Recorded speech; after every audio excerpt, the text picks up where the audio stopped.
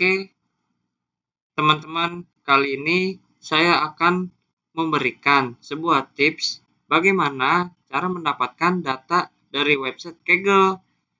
Oke, kita tinggal masuk saja ke website Kaggle yang ada di Google Chrome. Websitenya yang ini ya, yang paling atas. Kita menunggu website Kaggle terlebih dahulu ya guys. Lalu kita pilih ke dataset. Terus lalu kita tuliskan data yang akan dicari. Contohnya data prediksi penyakit. Lalu kita klik enter.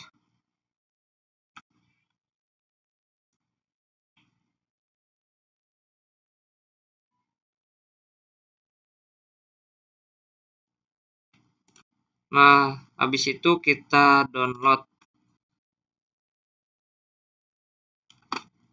Pilih ke file dokumen download, klik save. Nah, setelah itu kita tunggu terlebih dahulu. Nah, setelah itu kita langsung unduh saja. Lalu setelah diunduh, data bisa diekspor file dan bisa langsung siap digunakan. Baik, Assalamualaikum warahmatullahi wabarakatuh. Perkenalkan, nama saya Sanin Faizaizati dengan NPM 202331500018. Jadi di sini saya akan menganalisis data dengan teknik klasifikasi menggunakan Orange Data Mining. Topiknya yaitu terkait pendidikan. Baik, di sini sudah masuk dalam aplikasi Orange-nya. Lalu kemudian kita tekan New. Nah, di sebelah kiri ini terdapat beberapa widget yang merupakan komponen utama dalam lingkungan antarmuka Orange yang digunakan untuk membangun dan menjalankan alur kerja analisis data. Kemudian untuk memulainya, klik File di pojok kiri atas, lalu drag ke kanvas atau lembar kerja. Klik yang terdapat gambar file, kemudian pilih dataset yang akan dianalisis. Oke. Lalu kita lihat infonya. Info tabelnya terdapat 500 instances dan 9 features dan no missing values.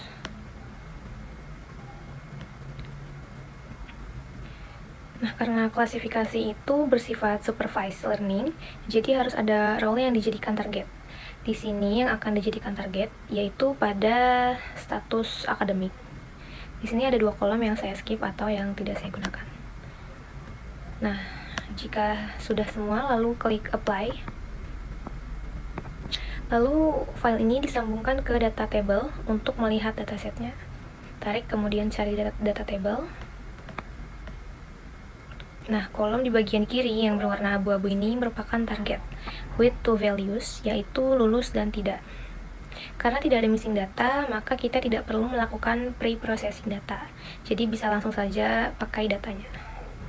Ini saya rapikan dulu agar terbaca ya.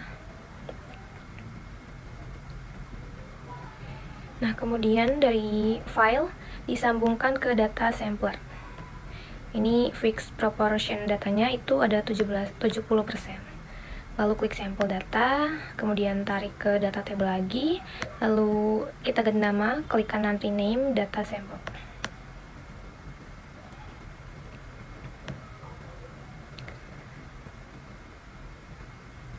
Lalu kita sambungkan ke test and score untuk mengukur tingkat akurasinya. Nah, di sini kosong karena kita belum memilih algoritma apa yang akan kita gunakan. Dan di sini saya akan menggunakan algoritma naive Bayes dan decision tree. Kita sambungkan ke test and score, lalu kita klik. Nah, di sini terlihat perhitungannya. Ada UC, CA, F1 dan lainnya. Nah, ini merupakan beberapa jenis pengukurannya. Lalu kita tarik lagi data sampler, kemudian dihubungkan ke decision tree. Untuk melihatnya kita sambungkan lagi ke tree viewer.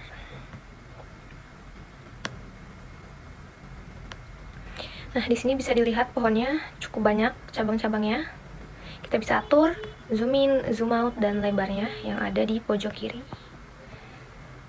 Nah, lalu kita sambungkan tree-nya ke test and score. Di sini terlihat juga perhitungan dari algoritma tree-nya lebih kecil nilainya dari naive Bayes. Setelah itu kita akan memprediksi, yaitu dengan menyambungkan data sampler ke prediction.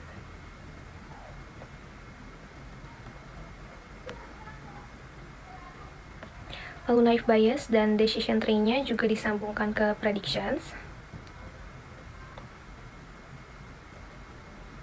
Nah, di sini terlihat nilai errornya.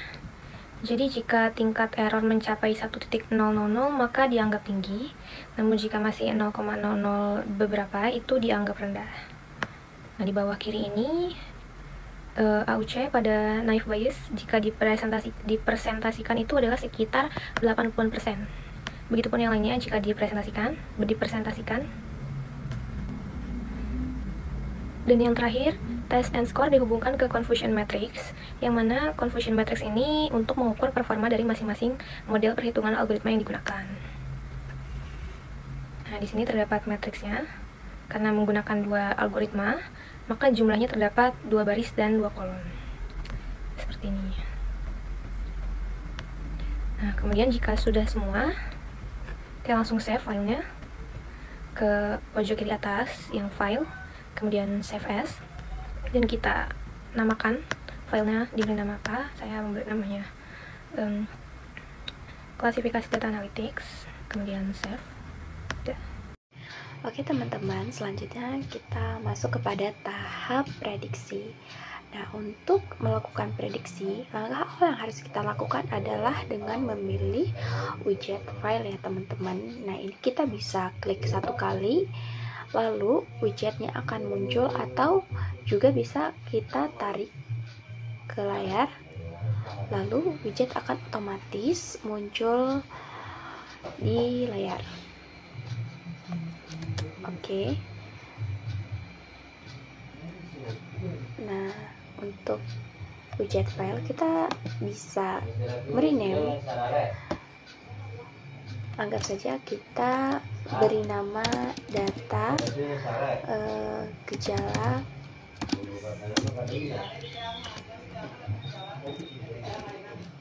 penyakit ya teman-teman, penyakit. Oke, sudah. Nah, langkah selanjutnya, oke teman-teman, setelah itu untuk memprediksi data kita memerlukan yang namanya data. Baik, di sini saya akan memilih data dengan nama peduli sehat ya teman-teman. Ini kita bisa klik saja. Setelah itu kita bisa melihat bahwa data ini memiliki 4920 intens atau baris dan 133 kolom dengan no missing values. Artinya data ini tidak memiliki data yang hilang ya, jadi tidak perlu melakukan preprocessing data. Nah, selanjutnya kita bisa memilih target ya. Kita pilih kolom yang akan dijadikan target, dan saya akan memilih prognosis sebagai target untuk prediksi kali ini. Oke, selesai. Lalu kita bisa apply. Oke, setelah itu untuk melihat datanya kita memerlukan widget yang namanya data table ya teman-teman. Ini kita bisa tarik saja, lalu akan muncul data table. Oke, kita rapi-rapikan. Nah, di dalam data table ini teman-teman, kita bisa melihat bahwa kolom dengan warna yang berbeda sendiri itu dibandingkan dengan yang lain-lainnya itu adalah target, yaitu prognosis ya teman-teman. Ini picture-nya dan ini targetnya. Oke. Informasi di sini juga sama. Ini memiliki 4920 baris dan 132 kolom ya teman-teman dengan missing values. Oke. Nah, oke teman-teman, selain data table, kita juga bisa melihat data dengan pivot table ya. Ya, seperti ini akan muncul pivot table, kita klik saja. Nah, data bahwa dalam pivot table ini ada sedikit perbedaan dengan data table ya teman-teman. Di pivot table ini, kita bisa melihat datanya secara ringkas, lebih ringkas dari data table. Sehingga kita dapat dengan mudah melihat pola datanya seperti itu. Oke, ini di sini ada informasi bahwa pregnancy sebagai target ya. Oke, ini lebih ringkas daripada data table ya teman-teman.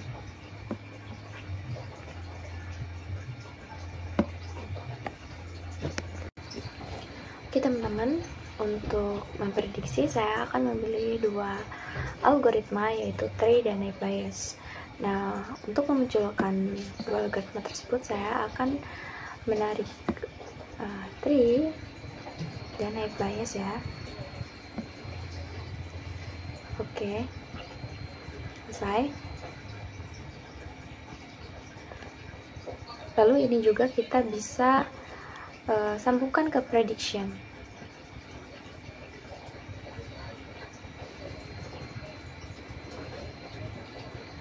Dan jangan lupa ya teman-teman, agar bisa kebaca, ini juga harus disambungkan ke prediction datanya, data gejala penyakit. Nah setelah itu, oke, untuk bisa melihat prediksi dari tree ini, kita perlu yang namanya tree viewer ya, agar bisa terbaca. Oke.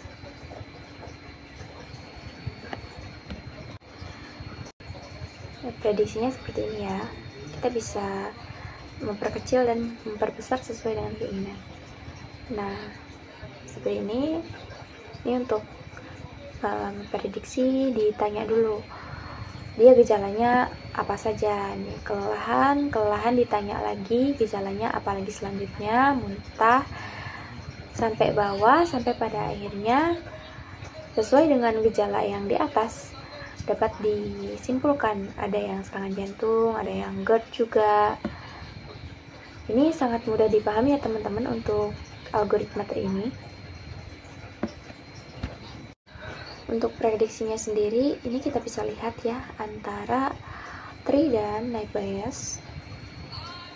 Bisa lihat di sini untuk akurasinya dari angka tree itu hampir mencapai 1, sedangkan naive bayes itu angkanya sudah mencapai 1, yang artinya sebagai naive bayes bisa menjadi patokan untuk prediksi kali ini. Oke, selanjutnya kita juga bisa sambungkan ke test and score ya teman-teman, untuk melihat lebih lanjut perbandingan antara tree dan naive bayes.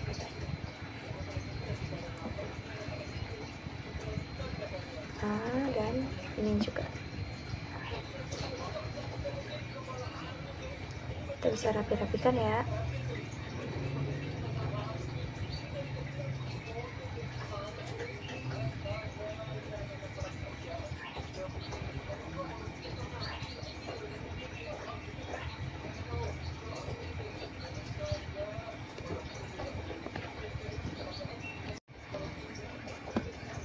Oke, selanjutnya kita bisa lihat dalam test and score bahwa tree itu dan naive bayes. Tree hanya mencapai angka 990 dan naive bayes sudah mencapai angka 1. Yang artinya naive bayes akan sedikit lebih akurat untuk kita jadikan patokan ya teman-teman. Oke, langkah selanjutnya juga kita akan memprediksi dengan data unsupervised ya teman-teman. Kita bisa sambungkan ke file lagi. Nah, untuk memprediksi data unsupervised kali ini, kita memasukkan data tanpa menentukan targetnya ya teman-teman. Nah, oke, di sini untuk tahap selanjutnya itu kita tidak perlu menentukan target ya. Ini kita bisa ubah saja ke picture, lalu apply. Nah, oke, di sini untuk tahap